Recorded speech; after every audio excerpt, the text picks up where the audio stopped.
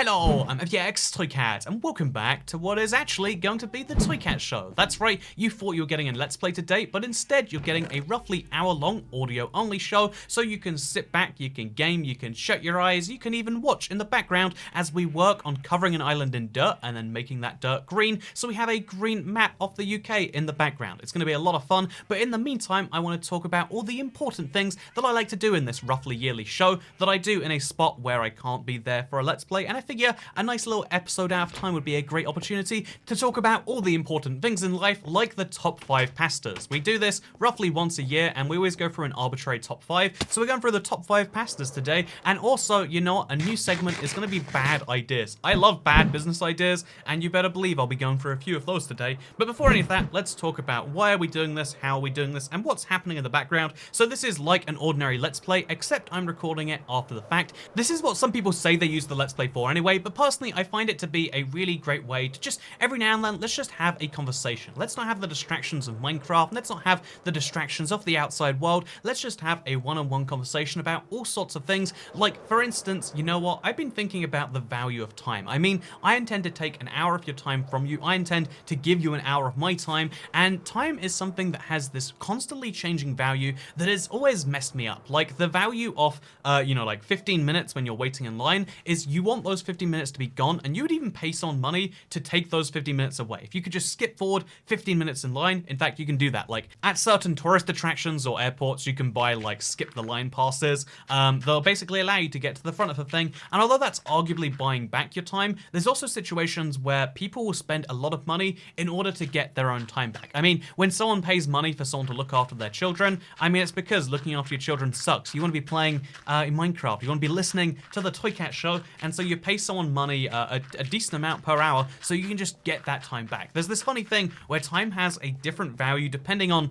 pretty much your circumstances in a given minute. There are some times where you want a moment or a day to last forever, and there are some times where you want a, you know, forever to last for much shorter. I've never been to prison. I think about it a lot actually, like, oh god, what if I accidentally commit a crime, but you know, and like, you know, a really bad crime, and you know what my plan is for that. And one of the plans is like, you know what, okay, prison's gonna really suck. You just want to like make your brain skip it as fast as you can. In fact, I once had one of the worst like half weeks of my life. I was in Canada for some reason that, you know, I was going to have some fun there, and then halfway through the week something happened that basically meant that I wanted to fly home as fast as I could, but I couldn't. I'd already booked flights. I'm not the person who can be like, you know what, I'm just going to abandon my, I especially wasn't the person who could just abandon like, oh, yeah, we'll just ignore these 400, you know, pound flights, and let's just buy new ones right now for right this same day. The fact that people, I've known many people, and it's like a trope that like, oh yeah, some emergency happened, just fly home early. It's like, do you know how airline tickets work? Maybe in the post-COVID world, things will be different and you'll be, you know, more flexibility is kind of built into tickets now, but it used to just be like, oh yeah, you fly on the date your ticket says, or you get a different ticket entirely. Like the value, you can't just like change the date of a flight because some days are worth more than other days, etc. But like, yeah, so I had to stay somewhere for 3 days. I just kind of like laid on the sofa going outside once a day to get food. Kind of ruined like half the trip to like a beautiful city. I really like Toronto. I'd love to revisit sometime. Perhaps I'll go this year if they open up, huh? But you know, like basically I was in Toronto. I really wanted to get back home, and I had that like, you know, after I finally got through my 3 days, I had to hop on a plane, and I got one of the worst seats on the plane, and I was like, okay, so falling asleep isn't going to be an option. This seat has no recline, it's not very comfortable, I don't have a pillow anyway. So what I'm going to do, because I can't sleep, and you know what, when trying to sleep and not sleeping is one of the worst ways to waste time. Like, you think like, oh, it's been so long, my eyes have been shut, and I've been trying to sleep for what must have been like a couple of hours now, and you check your watch and you're like, it's been 13 minutes, oh my god. So, you know, I wanted time to speed up as fast as I could, so what I literally decided to do was, oh yeah, the way time passes, the way you make you know, time last better is you try to make as many memories as possible. If the more memories you're making, the more your brain feels time, but then the opposite must be true was my logic. So I sat there, I stared at my screen, which I'd already turned off on the seat in front of me. I stared at the screen, just, you know, like being black, and maybe I turned it on at one point to look at the map. I just stared at that map as the plane slowly flew on the like 8-hour flight or whatever it was from Toronto back to London, and I didn't do anything else. Like anything exciting come through, didn't focus on it. I don't think I even accepted the food. I was just like, I will stare at this screen, I will have no significant thoughts I would just zone out. I think it maybe is a form of meditation, you could argue, but I just made that time vanish as fast as I could. And to this day, it feels like it was a really short flight. Like, 8 or 9 hours just sat there with my elbows just digging into my knees. It can't have been comfortable, but because I don't remember it very well, I'm sure it definitely happened at the time. It must have been awful. But if I don't remember it, is it the same as if it never happened? The past is this, the majority of what you constitute as being you are things that happened in the past, but you don't remember all of the things. You don't even remember most of the things. You have a very small recollection of the things in your past. The things you don't remember, did they happen? And the answer is, well, yeah, there's photo evidence or video evidence or someone else remembers. But when you have a memory that you forget and then every single other person involved in that memory forgets entirely and any other physical proof that happening is there, is that the moment that memory dies forever? I mean, that's the way I've always interpreted it. And that's why I've always thought there's a value in telling us stories and talking to people, about I guess recollecting old stories always seems like a lame old person thing to do. But I love meeting someone from an old story and being like, oh yeah, that thing we both have a memory of. It's not a fake memory we're just implanting right here. A lot of people, let's just say YouTubers, but also comedians and stuff like that, they like to make up fake stories and kind of pass them off like they're real. I've never been a huge fan of that because I like storytelling as a medium to keep real situations alive. The story of the time I went to visit someone and maybe decided to get some salmon as a treat because I was buying an expensive bottle of liquid, and maybe decided to eat the salmon with my hands, not thinking about how strongly my hands would smell of salmon, and then throwing up because I decided to try and cover up the scent using the liquid, but the liquid is the sort of liquid that if you try to drink very quickly makes you throw up, and maybe I smelled like throw up and salmon. It's a horrific story that at the time was racing through my brain, but now it's a fun story of a tale of a cautionary lesson or something like that. A real set of events could have escaped me forever. If everyone involved at that party had forgotten about it, if I'd forgotten about it, if everyone I forget about it forgets about it, that cautionary tale is gone. But now the lesson is you know what? Pro tip.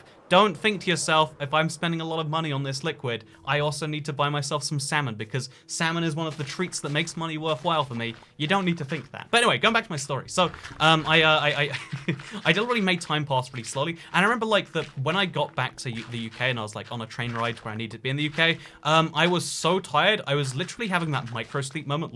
You think you're awake the whole time, but you keep having a gap in your memory, and then you wake up a few seconds later and you're like, oh, I must have been asleep. Nothing has changed, but also I just woke up, even though it's exactly the same. And this is a real thing that happens called microsleep, and it makes you realize that your consciousness doesn't see the gap. You have to logically work it out backwards. You have to look at your memories being I remember being here, and then I remember being there. I don't remember the stretch in between, and you're always trying to fill that the void. Most of what your brain is really doing is filling the void in between your active memories, and so you think to yourself oh no, I can't have fallen asleep. But after it happens 5 or 10 times, this is why I recommend at least once in your life do an all-nighter or 2 all-nighters, or don't sleep for an absurd amount of time to realize that you are so close. You are this close. You can't see my hands, but very, very, very close to at any moment being you could go away forever. So yeah, the tale in this story is that I think sharing of stories, I think, obviously telling boring stories, it sucks, and everyone around you's oh, they're not taking that in.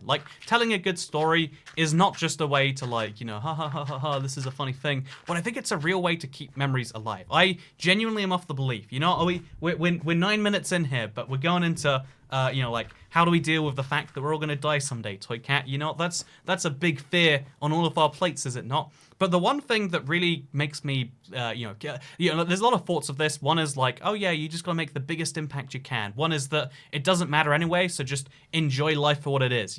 Being dead is the same as it was for the 100 million billion years that was existed before you were here.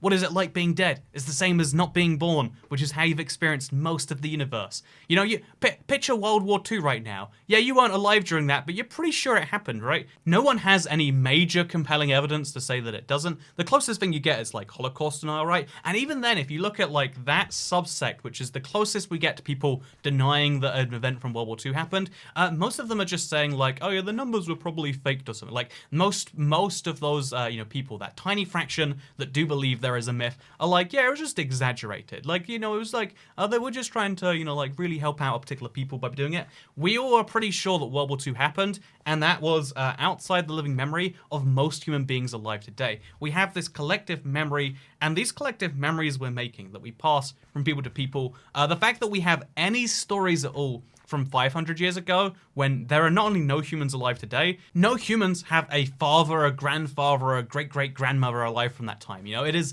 impossible, but we're still pretty sure that it happened. And yeah, so I think, to me, maybe this is like my focus on history, helping me deal with the inevitability of me not existing at some point. But I've always thought that we don't die when we stop existing. And, like, if I'm in a house fire, and the reason you're hearing this is because it's the very last thing that I ever say, and it's going out on the internet. If I do die in that house fire, I don't think I'm dead, because you can listen to my words. You can listen. I stopped developing. I stopped growing. I stopped becoming a new person that is becoming more informed and more engaged in various topics every day. I would say I stop creating new memories. Toycat stops growing, and eventually that will reach a decline. Fewer and fewer people will know me. But I would say the fact that you can watch this video now, the fact that you can watch this in a year when I've hopefully changed and not in the way where I become a burning pile of wreckage in a house fire, the fact that in 50 years when I'm probably dead, like, you can see this recorded copy of me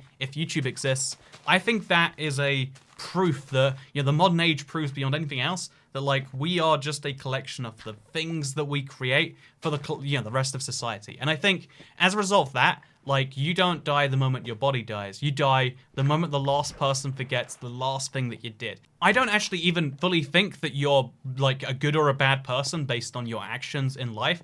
I think it's way more based upon your legacy. Here's a really fascinating story for you. So the Nobel Prizes, they give a lot of money out every year for people who contribute the sum of human knowledge, or the Nobel Peace Prize is a prize for people who are particularly peaceful, helping make the world better. I mean, it's a political prize, but like, there are Nobel Prizes that help scientists out, and it also helps to acknowledge achievement, things that are really great, right? But if you look into Alfred Nobel, the person who the Nobel Prize is named after, actually a fair number of the things that he did in his life were, semi-bad. I would say they, if we're going D&D terms, they were like lawful evil, or like, at the very least, neutral. He what he did is he sold a bunch of weapons. He owned a lot of patents, dynamite, literally TNT. This is a Minecraft block now because the patent has expired. But if you wanted to make dynamite, if you wanted to make a explosive, or you wanted to make a bunch of like iron and steel based things, he owned the patent. He made a bunch of money from that. He was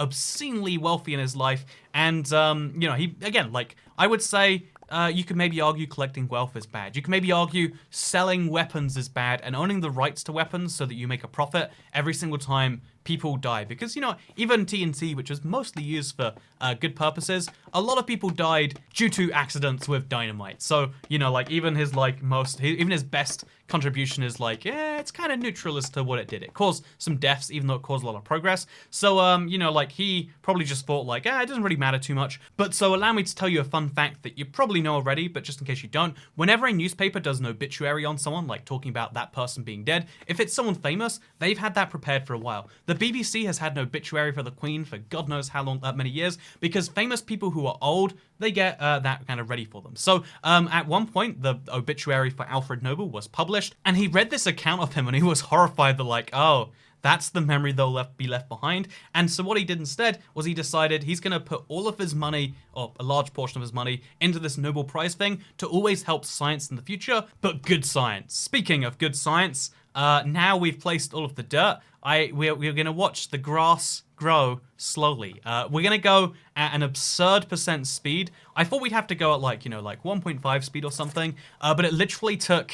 I won't spoil it, but let's just say the rest of this video, even at the speed we're watching this at, is how long it's going to take for all of the grass to grow. So, do you want to watch some grass grow? You better believe you can. If you don't want to watch some grass grow, you can minimize this or whatever you want. Great feature of YouTube Premium that you can totally take into account. But basically, the story of the Nobel Prize is the story of someone deciding that their memories, the things that lived on past them, were way more important than their life, and making a much bigger impact in death than they would have in life. Admittedly, people would have known about Alfred Nobel and his death for a few decades after he died. I mean, he died in 1896. I'm sure when World War II did happen, if it happened, I mean, I'm just saying, anyone ever seen it with their own eyes? I bet you haven't. So if World War II did happen, I'm sure a lot of people around then probably knew about him, but nowadays, no one knows about Alfred Nobel for the TNT and the cannons and the stuff like that. They know about him for the Nobel Prize. They know about him for trying to do something great, you know, and that's a nicer result. He had two ways he could have used the money, just giving it to his children or something, or he made something greater than him that lasted past his death, which has funded so many, you know, hundreds of, people and scientists. But because of the smart way he invested the money, he uses the interest on the investments to fund the Nobel Prizes. He's actually got this huge pile that is more money than he had when he died. He was worth about $200 million if you convert to today money when he died, and now he has about $3 billion, or his estate has it that uses it to look after the Nobel Prize. Like, he has become richer while doing a good thing because he used his financial expertise that previously he just used to, you know, make a bunch of money selling, again, lawful evil, neutral, whatever you want to call it, like, not necessarily great stuff, and he used that talent for good. He worked out how to use the talent for his own benefit, and then he worked out he could use it for good. This is the story, you know, like this is the sort of story that I find to be so interesting. And you know what? Interesting is something we can talk about all day. And the fact that I don't believe we die until the last person forgets who we are, even though that sounds like absolutely poetic nonsense. And of course, the moment you die is when your brain disconnects or whatever. But then we have to talk about like comas. Are you dead when you're in a coma? Then we have to talk about being asleep. Are you dead when you're asleep? You know, what about brain death? What about all these other different niche situations? And we can talk about those right after we go into the top 5 pastas. So I'd like to mention that the top 5 pastas of the year is brought to you by myself. That's right, IBX Toycat has kindly sponsored this video, and he wants to let you know that if you become a channel member, it supports content like this that will never perform at the algorithm. Like, the truth is, this video is going to do much worse than all my other videos because it's an hour long, and most people aren't going to be actively watching it, they're going to be listening it. So this is why we only do it roughly once a year right now. It's a very bad time investment, it's a very bad financial investment, but it's something I like to do because I like having a little audio-only surprise. I like when a channel I watch gives me something I can listen to as audio while doing something I love, like perhaps placing dirt to make an island or watching that dirt slowly turn into grass.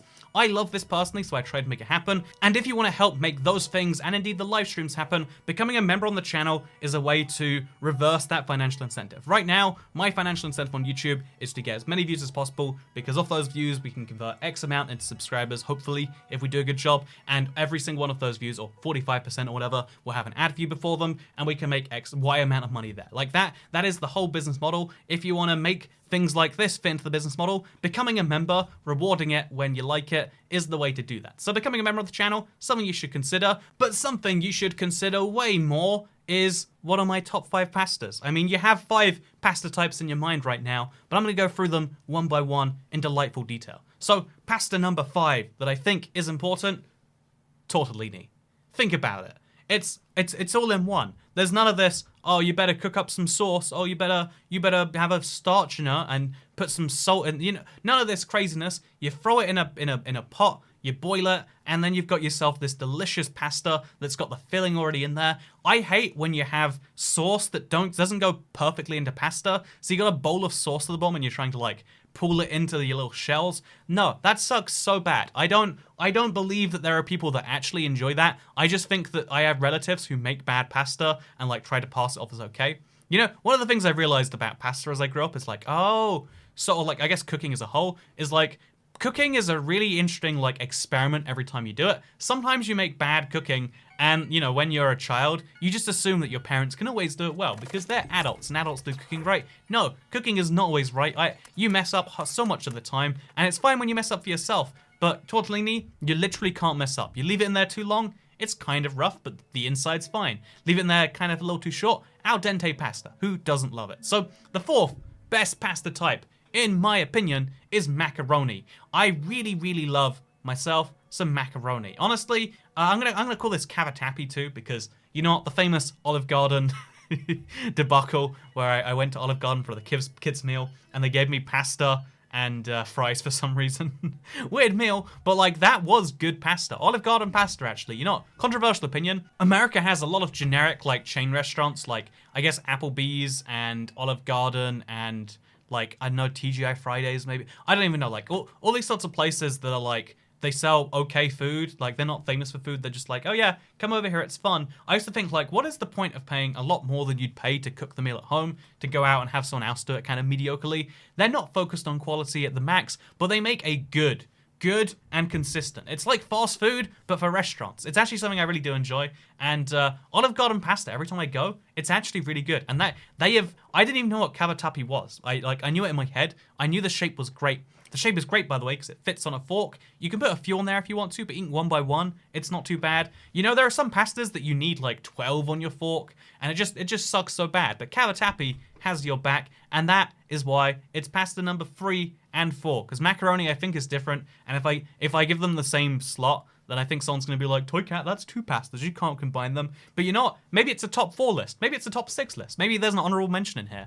You know, you ever see a top 5 list for an honorable mention, and you're like, you could have just made it a top 12 list. You could have just made it a top 7 list. You know, like there's no rules about why it has to be 5 or 10. But you know, now we're talking about top 5 lists. Wait, top 5 types of top lists. Let's go. I think the top 5 is a really nice list if you can keep it under control. I think a 10-minute video is a bad format for a top 5 list, whereas an hour-long podcast, great idea. Top 5, if you give it to me in like 3.5 minutes, perfect. One of the reasons I actually stopped doing top 5 videos on my channel is because I like to talk about each of those items for a decent amount of time, and 2 minutes an item for 5 items doesn't work. 2 minutes an item for 10 minutes, though, actually works really well. Like, top 10, but it's 20 minutes. That's like a fun video to get into. But top 5, 10 minutes, no one wants to watch it. So, top 5 in a short amount of time. That's number 1. Next up is like top 37. I love when it's an arbitrary number because it feels like it's not arbitrary. It feels like they picked exactly till they could and then they stopped. I love that. That's great. So that's definitely going in number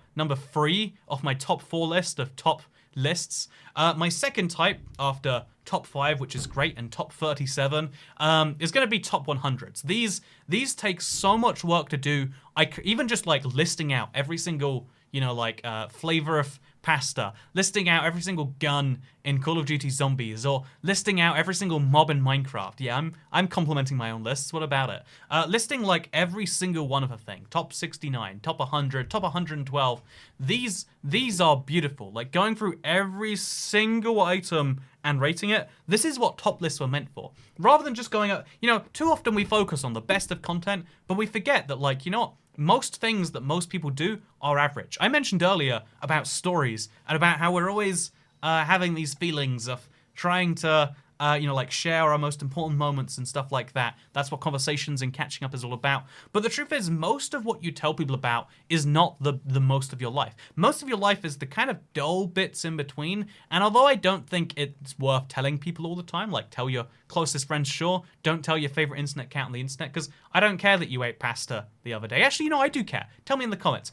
But right now, you write in a comment the last time you ate pasta, as boring a story as it is. And believe me, it's going to be a boring story because it's pasta. No one's excited. But you tell me your exciting and your boring stories, and now those stories will live on forever. So the top type of top list, in my opinion, I think I went down 3 side tangents in a row there. I think we went from talking about the Nobel Prize to talking about the top 5 pastas to talking about how cavatelli and macaroni are actually kind of similar, cavatappi and macaroni kind of similar, to talking about my top list, to talking about how top lists are great because not everything needs to be the very greatest. Sometimes ranking the okay things is a good idea too. I think the mediocre experiences, mundane experiences should be cherished. They never will be, it never will be profitable, but I'm glad we do it sometimes. And so my favorite type of top list there, to go 1 item down on this docket, is my favorite type of top list is a top list where you just go top 1. You know what? Why do we have to have a ranking? Why can't we just say, this is my favorite X? My favorite video I've ever made on my channel, like I'm surprised it even did well, is like why water is the best item and you don't know how OP it is. I didn't bother with the here are the 5 best items and then talk about water a bunch. I just started talking about water. I just figured, you know what, let's just go on a 30-minute bender about the best item by far. If the other items aren't even close, let's not go for them. This is the exact opposite of what I just said about remembering the mediocre. mediocre, but sometimes we should just get to the point. The best part of a top 5 list, it's when you get to number 1, right? No one's going to a top 5 list being like, ooh, I wonder what's going to be ranked number 3. No, number 1 is why you're there, and that's why that's the best top 1 list, and that's why we're going to next up go into the second best type of pasta that I think exists in the universe, and that is going to have to be tagliatelle. Oh, I mean, after you try tagliatelle, if you've never had it already, it makes you realize what is spaghetti besides bad tagliatelle. Spaghetti is like this, it tastes of childhood, sure. It's really hard to like get, it's got the same sauce problem as a lot of other penne, I guess, has. The great thing about tagliatelle is it's thick. It's really thick, and the even better thing about it is unlike pasta, where it comes in like big straws that you've got to snap in half, but even that sucks because you want long pasta. No, tagliatelle comes in nest. They're called tagliatelle nests. It's lovely. I love it. I love tagliatelle so much. It can go with pretty much any sauce as well. I usually go with like a carbonara, but you can pick any sauce you want for that. Like it's cool. You do what you want. Tagliatelle is there for you. It is coming with you on the journey, and that is something I like. I like a pasta that is there for me in the long term, that cares about my needs, and tagliatelle is that pasta. But you know what? With this whole pasta list, you might have thought that it was an opportunity to talk about tagliatelle, because clearly I'm passionate about it. But what is the top 1 pasta? And you can find out after this ad break from our commercial. Wow, honey, I like that you're listening to that podcast a whole bunch, huh? Yes, I am. I am really liking this Toycat show. It even has commercials in it, but they're not real commercials because he's making them up on the fly. Wow, how are you supporting that show to make sure that it can exist? That doesn't sound like it does well on the algorithm. Well, I'm glad you asked, honey, because the way that I support this show is I become a member on the channel, because I know that the more people who become a member on the channel, the more likely it is that instead of waiting a full year to do this again, maybe it will happen in a few months instead. Wow, that sounds like a really good idea. Becoming a member on the IBX Toycat YouTube channel makes you a great person, and I love you more. When we get home tonight, I'm gonna not talk about all of the problems that we have, and I'm not gonna go into a big dive about why I want to leave you, because there's just not enough excitement in this relationship anymore, because you've brought the excitement back by showing that you care about the world and making sure that it's a better place every single day, which you of course have done now that you're a member on the IBX Toycat channel. Yes, honey, it is great. Anyway, coming back to the top 5 list, you know, see, I have professional ad breaks now and everything. I have voice actors I hire. Don't know if you can tell. They're not cheap, but I make that investment for this show. What is the best pasta of 2021? And I'm glad you asked, because it's lasagne. You know what? Lasagne is my favorite pasta, and it's a little bit cheating to call it even pasta. I think lasagne is such an experience, it deserves its whole own category. That's the problem with categorizing things. Once you start to put things in boxes, some things are so stand out in their fields, it feels unfair to compare them to everything else in those same fields. I mean, if you look at like all the YouTubers, the biggest gaming YouTuber is like on such a different level to all the rest of them that it's like, but is he really a gaming YouTuber? And same with like when you look at the top YouTubers on the platform, like 4 of them are music channels. And it's like, are they really YouTube channels, or are they just things that upload to YouTube and everything is called a channel here? You know, like once something becomes so successful in a category, you want to redefine the whole category to kind of exclude it. And that is what lasagne does. Lasagne is technically a pasta. It's very weird. It comes in sheets. Honestly, I'd love to cook lasagne sheets and do something else with it. If you want to see a stream where we do lasagne, which is, by the way, you might be like, Toycat, are you saying something wrong there? Nope, it's definitely lasagne. Look at the spelling of it. Google it right now. Actually, I wonder, is lasagne the British spelling or the Italian spelling? I feel like in America it's lasagna, right? Yeah, no, lasagne is only the British spelling. So lasagna is the, if I'm not mistaken, the American spelling. So about 73% of my audience didn't get that one. But you know how you could get that one? Moving to the UK, obtain a British citizenship, do our British English test, and then you too can understand my high quality jokes where I mispronounce lasagne. I'm glad you liked it. I'm glad you were here for this quality experience. But you know what else you're here for? You're here for what is perhaps the most important thing of all. That's right, it's Bad Ideas, my second favorite segment that I'm totally going to bring back every single podcast till I forget that it's a thing. And then, also, can you even call this a podcast? Like, it's that thing where when you're trying to put things in boxes, when you're trying to categorize things, you have to have like lines between them. This is a YouTube video. There is a background gameplay that is technically something one person watching this video is going to be like, I'm going to put this on mute. I just want to see him grow the grass in the background. Realistically, I think that one person's just going to skip to the end or watch it in 2 times speed or something like that. You know, maybe what that person's going to do is going to mute this video and listen to an actual podcast on his podcast app of choice, you know? And therefore, because this isn't available on podcast apps, because it's technically just a YouTube video, albeit one with a questionable background, is this actually a podcast? And you know what? That's why we call it the Toycat Show. If you call it something, using nice broad terms like, you know what, Toycat, what are you? And I just go, I am a human being. That is technically true. Right? Like, people are always so desperate to pen themselves into boxes, but I sometimes think boxes are like the things that control us more than anything else. Like when you consider, like, like if we go onto pretty much any argument, if you consider yourself to be insert one of the parties in America here, right? In America, there's only 2 parties. It's widely known. There are other parties, but people don't vote for them because, of course, they can't win. I mean, who would vote for the party that doesn't win? And because everyone collectively believes that, they don't win, which is interesting that no one sees their own logic there. No one sees that and goes, wait a minute. So democracy, everyone gets a vote, and you can vote for whoever you want, but I only vote for the parties that everyone else votes for. And everyone goes, yep, that seems about right. Yep. But anyway, so like if you pen yourself into one of those boxes, then not only can you not vote in the other party primary, but also now you feel like tied into it. Once you buy into something in the UK, party membership costs money. I assume it's not the same in America, but just in case it is. Like, the same thing's true, though, here. Like, if you become a member, if you actually are putting money or time or effort or getting news from something, it becomes really important that you maintain that identity. Everyone, once you start to put your social circumstances around making sure you're the same person today as you were yesterday, that's good in certain ways. So maybe you think your politics or your belief in pasta are that important. But I find it so interesting when people are so willing to lock themselves into ideas for the rest of a decade, the rest of their lives in some cases.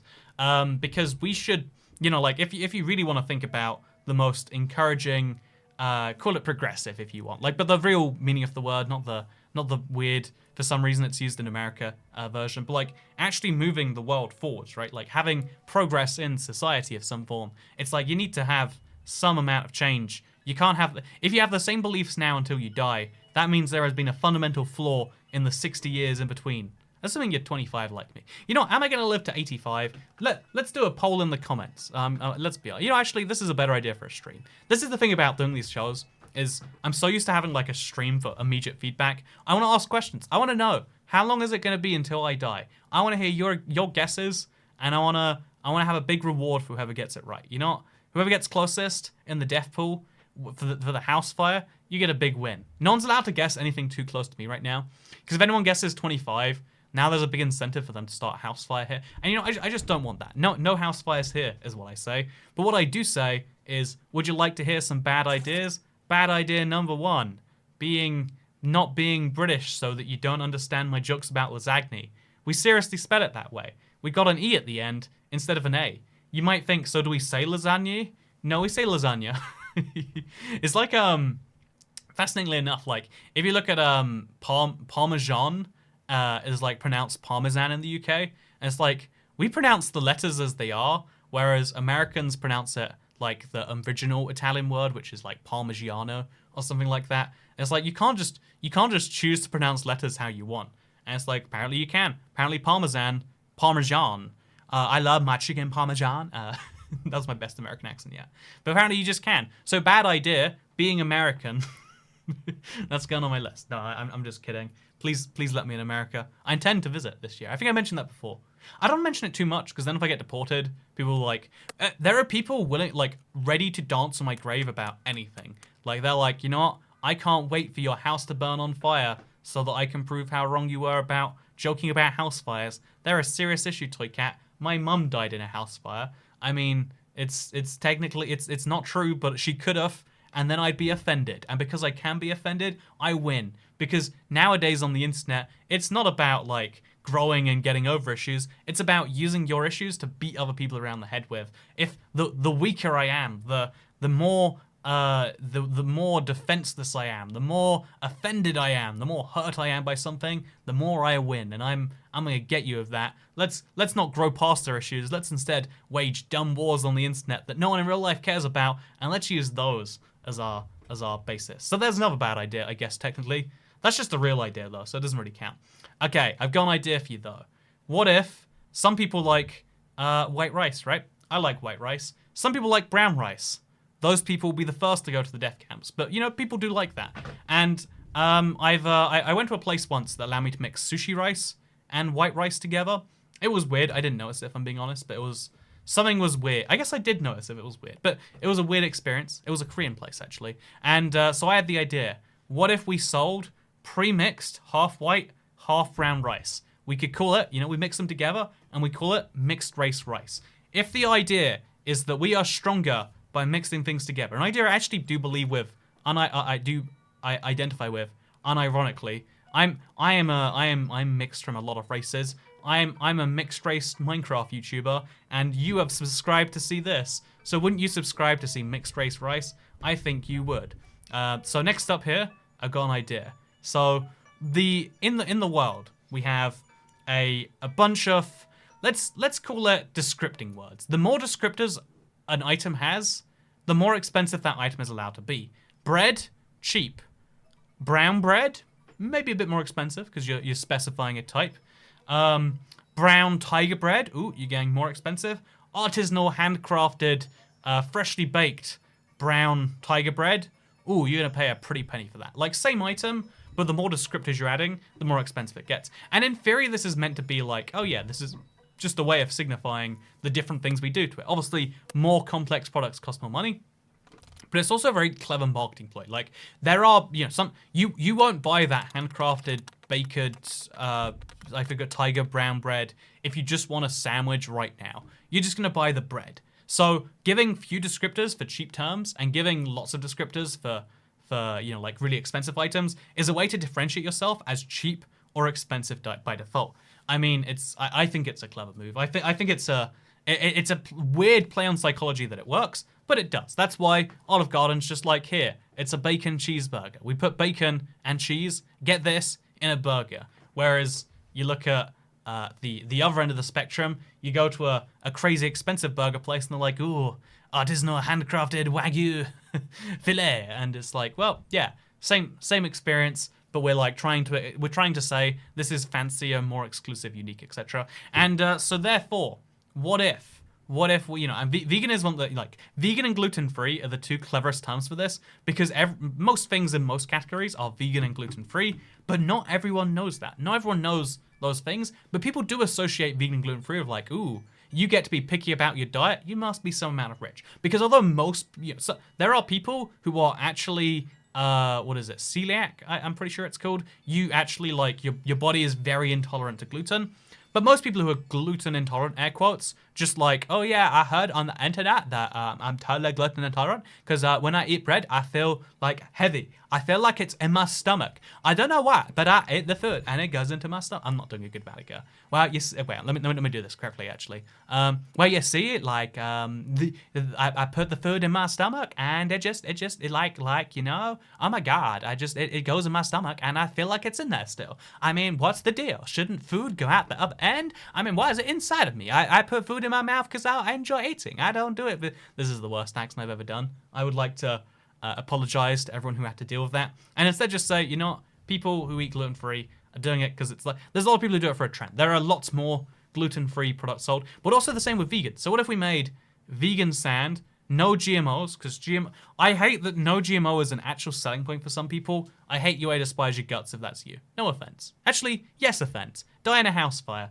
Hopefully before my house fire. The more house fires that happen everywhere else in the world, the fewer house fires that are happening in my house. So we could call it GMO, gluten-free, vegan sand, and then like the sand, obviously, because here's the thing. I have eaten sand. As a 5-year-old, teacher told me, don't eat sand. You know what I did? I said, you know what, teacher, if you're not telling me to eat the sand, there's gonna be a darn good reason why. And just because I apparently dislike authority that much, I just started eating the sand, and I honestly, like, I think back, like, I didn't realize it was a whole, like, category of human that disliked authority, but, like, that's the moment I realized, like, yeah, guess I'm not a big fan of it, huh? There's no real way to look at that and see anything else. Like, I was told not to do something that I definitely shouldn't have done, and just said, I guess I'm gonna do it anyway. And there's the story of the time I ate sand. So sand is edible. It didn't kill me, and it won't kill other people, I hope. This is why you have an incorporated business. You incorporate the business, you kill people with vegan sand, not your issue, I think you'll find. It's the business's issue, which, honestly, incorporation of businesses is one of the biggest, like, one of the crazy points of society we don't point out. Like, everyone always wants to criticize some weird niche part of capitalism, like, oh yeah, like, when we have lots of food in warehouses and also homeless people, that's capitalism failing, because I don't understand what the difference between the parts of our society that I don't like and like, you know, like just the system of economics that governs us all is. Because if I'm being honest, I don't really understand economics. Honestly, if I'm being honest, I don't understand why most people do most things. Like, we all just go places and it all just happens, and I wonder why. But you know, the key point is that I don't like a thing, and it's therefore got to be the fault of this grand overarching system, right? Also, we're going to take a quick break because, you know, I think you're allowed to hate anything you like. Even this podcast, which is unironically sponsored by technically also capitalism, right? I mean, I have the capital of this microphone right here, and using that capital, I'm asking you once again for your, what is it, $4.99 for a membership?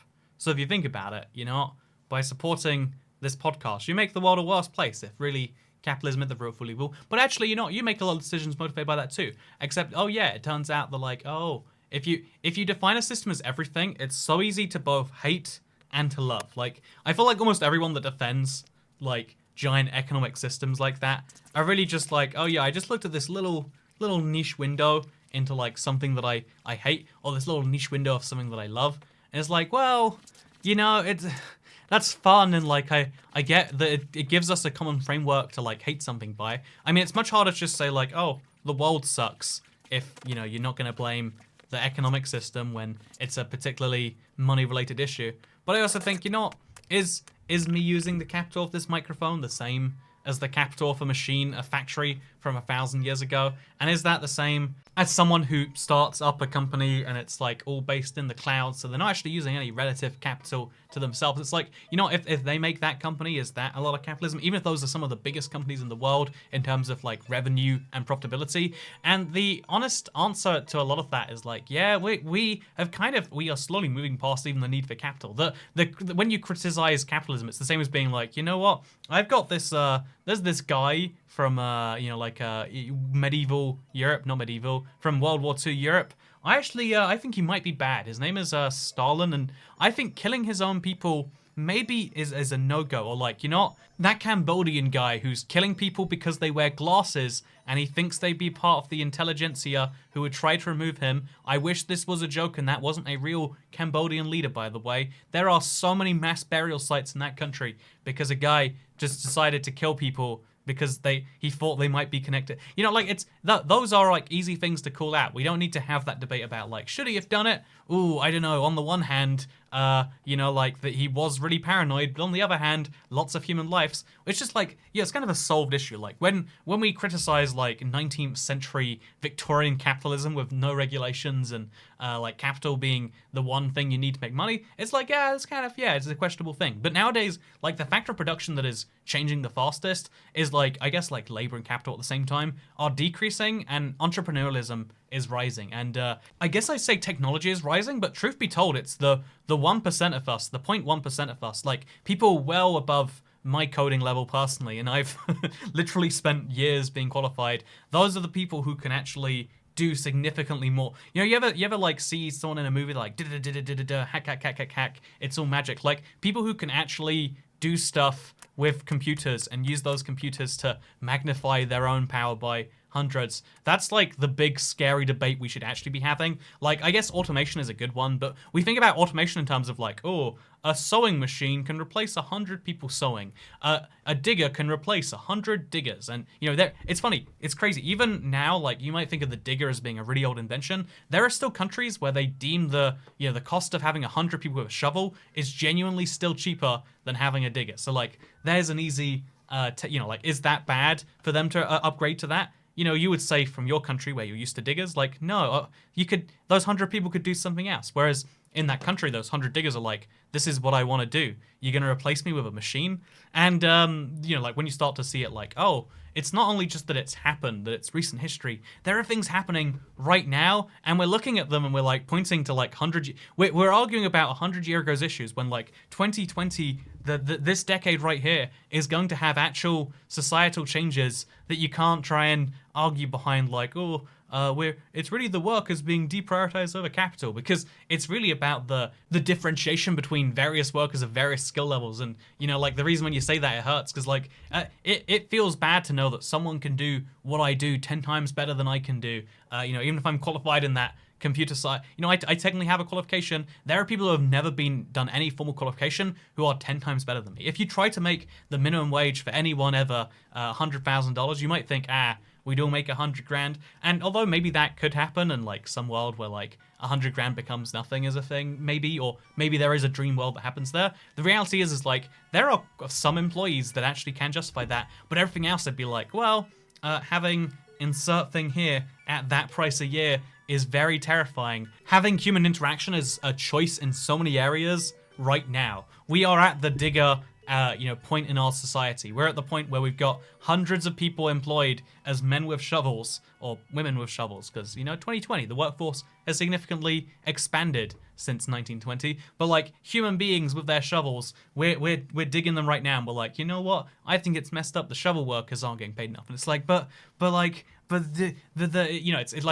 instance, when I go to check in for a flight, there's the choice between a person and a machine. When you go, my favorite restaurants all use machines instead of people. My favorite hotels use machines instead of people. I prefer the machine, like the machine has like a service edge over a person, because a person you have to make dumb, awkward conversation with. A person, is going to misunderstand a thing very slightly, even though you feel like you are clear. A person is going to mishear your Diet Coke because you said it too fast as Coke. The technological revolution, or whatever you want to call it, is like in our eyes, and we're too busy like staring at the past. And I genuinely am confused as to how this isn't the big issue. And I think honestly, it's because it divides people down different lines. Like every single big debate we have about how to change the world, that ends up being like widespread, tends to fall down the traditional like left-right political lines. When something doesn't, when something goes across that, like in the UK, we had a whole like, should we remain a part of the EU or not? That went across entirely different lines. Same with Australia and their referendum on whether they should keep the Queen or not. You'd figure it'd go down like, oh, Australian, the left probably must really not like the Queen, and the right must really like it. No, it's like a class divide. The rich inner city people are like, yeah, do we need a queen anymore? It's the 21st century. Whereas the more rural and the poor Australia were like, yeah, the queen is a key part of our nation. Let's keep her going, shall we? That like divide in a nation like sticks for a while. The EU divide in the UK is still sticking. It's been 4 years, That is going to be a thing. And I don't know. I guess like we always like to simplify issues down the same lines we already know. Even again, I like to use Minecraft examples all the time just to show that it's not like exclusive here. But like even on this channel, it's like if I make a video and it's like, oh, Minecraft Bedrock is actually less buggy now. They have fixed almost all the bugs. Bug rock is no longer a thing. That's not an exciting idea. You're not gonna latch onto it, and you're not gonna tell anyone like, hey, you hear Minecraft Bedrock? Less buggy now. Not no bugs, just fewer bugs. But if I make a video being like 1.16.5 thousand just added in it makes everyone fly all the time. It's hilarious. Bug rock, am I right? You're like, yeah, I already believed that Minecraft Bedrock was buggy, and this tells me why, and I'm gonna share like that. That is the truth of how content works on this platform.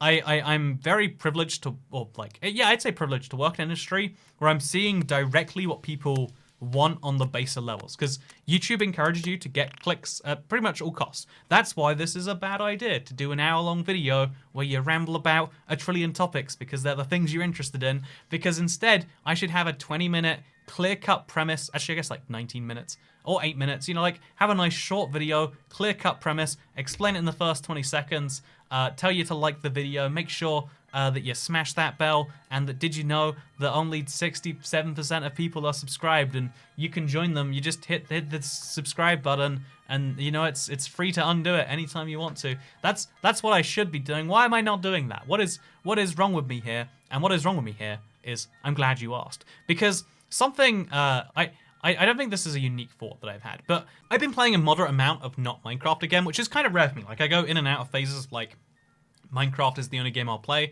versus like kind of giving a game a try when it's especially new. And Cyberpunk is of course the newest RPG on the block that draws everyone's attention. But I really enjoyed Far Cry 4 as well as Far Cry 3 actually. I really enjoyed one of the Assassin's Creed games forever ago. I actually liked Watch Dogs 1 and 2. So like, you know, these sorts of games, the open world Ubisoft game that they make in every single genre. Oh, Burnout Paradise, amazing. I love it, by the way. They made a remastered game and it's on Xbox Games Pass. If you like racing games and you want them to be open world, Burnout Paradise Remastered still is the best game, even though it's like 11 years old at this point. But anyway, the point I'm trying to raise with this is I like open world RPGs because they hit my brain a certain way, and I realized I was like playing through one of them, and I started to realize that like this is how I like to be. This is what I enjoy doing, like having a series of tasks, picking from that series of tasks. Like there's like 15 tasks piled up, and then like enjoying seeing it through to its completion. Like, oh yeah, I just killed these people, and now the Japanese mafia is happy with me. I am so glad of that. Oh, I did this little task. I just had to buy a car, and now I got some money. Yeah, I feel so good about that. Like doing these like tiny little tasks and adding them up, it feels good knowing that you're like moving the story forwards, moving the game forwards. I don't know, moving your character forwards because it's all happening at the same time. Like kind of removing clear incentives in and incentives out. Like a linear game just has straightforward story. Start to finish, you go. But, you know, like a game like Minecraft or a game like an open world RPG has so many steps in between, and you kind of pick your steps in the moment. And I really like that. I really like not being forced into the exact perfect optimal decision for right now. That's one of the reasons I can never get back into RuneScape, because there is a perfect way to level every single skill in that game. I just can't do it. I don't want to have to be a bot trying to do the perfect efficient moves. When I'm playing games, it's to chill out and have fun. I want to have options. If I don't have options, I'm probably not having fun, you know? Like having choices to me, really key part of having fun. That's a lesson you can learn about me maybe. But also it taught me that like the way I run this YouTube channel, there are so many things that have to be done. I never really even put it together until like I started and stopped, you know? This series, this episode has to come out because I'm so busy this week with all the other weird things in life, plus the weird administrative side of the channel. Because as well as making videos for this channel, every single day by the way, as well as making videos for the second channel a couple times a month or 3-4 times a month, sometimes once a week or twice a week. But you know, as well as making videos for the channels, as well as the weird third channel videos or the fourth channel videos or whatever, it's also like, okay, then I've got to man the email account. I don't want to respond to most emails, but every now and then you're going to miss a really good opportunity. So I have to read emails every day. People get to blow their garbage words at me, and most of the time it is just spam. It's like, it's the equivalent of the leaflets that come through your door. Why are you allowed to do this? Why are you allowed to unsolicitedly add this to my life? I don't like it personally, but you know, it's a thing that exists. Anyway, so maybe I'm mad, maybe just a little bit. But I also have to like, oh yeah, I've been dealing with like a second channel employee. Like hiring people is a whole use of time. You don't realize how little time there is until like there are a trillion different things that want it from you. And I love games. It's interesting because you know, there's this, you'd figure like the way I'd release from that is when I have a clear sense of direction. How do I make the channel continue to exist? It's really terrifying on YouTube because of that whole attention economy thing. If I am not perfectly getting your attention at every single moment, you're watching another video, I have one less view. And, you know, except it's kind of scary, and I try not to think about it that way. I try to think, like, how do I make the most appealing videos to the most people, my subscribers, and hopefully my non-subscribers too. That's what I tried to do. I tried to appeal to the largest coalition, group of people, whatever you want to call it. And so that's how my job really works, and I've got to try and come up with those ideas while also working on the ideas I already have, while also trying to take my finished ideas and record them and turn them into videos by sending them into an editor, by having the editor send back the files and me going to them and like telling them this needs fixing or like the entire concept is flawed. Going through all of this at like the same time, it's stressful, it's hard, but like the result is fun. I liked it in the end, and you'd figure I'd want to get away from that. But it's interesting. A lot of people have this exact same experience. Sometimes you just want that, but in a different context, a more fun, less stress context. You'd figure if something was really like killing you, if you really didn't like it, if it was really stressful for you and you wanted to get away from it, you do the opposite. If you want to get away from city life, you go to the beach, right? If you want to get away from beach life, you go to the city. I don't think many people do that, but you know what? Some people surely do. But like that, those are the stereotypes. Those are usually the way those things work, right? But like rather than doing the opposite, it's interesting because I think most people actually want the same, just slightly different. If I leave Cyberpunk for 3 days, it's not that I've lost, like a bunch of subscribers because where are the videos at, etc., etc. It's like, oh yeah, it doesn't matter. If I leave it for a week, it's all good. That's what I like about Minecraft too. There's a lot of tasks, but I do them at my own time.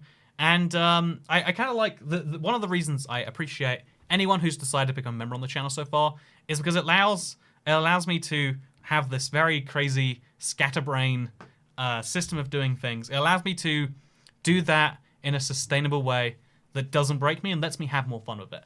And to anyone who does become a member on this channel as a result of this, thank you very much. I know I gave you, what, like 3 ad breaks for it, so instead I'll say thank you for watching this video. I hope you enjoyed. It's January, probably. You know, it's December as I record this. Spoiler alert. This is something that I finished a while ago. Yeah, you thought this was right now? No, this was in the past. You know what? I've died in a house fire, and my last request is that you like this video, and it's that Harrison upload a video to the 4th channel about what I would do if I died. When I die, I want my videos to still go up for a few days, like intermittently, just to confuse people. That's all I want in life, and please, dear God, make it happen. Anyway, thank you for watching. I hope you enjoyed. And I'll see you all next time, unless I die in a house fire, which is not going to happen. It just might. So, see you there. Thank you. And I'll see you next year for the 2021 Toycat show. Because we're going on a pretty much yearly basis at this point. And I like that. I like that. So yeah, I'll see you there. Goodbye.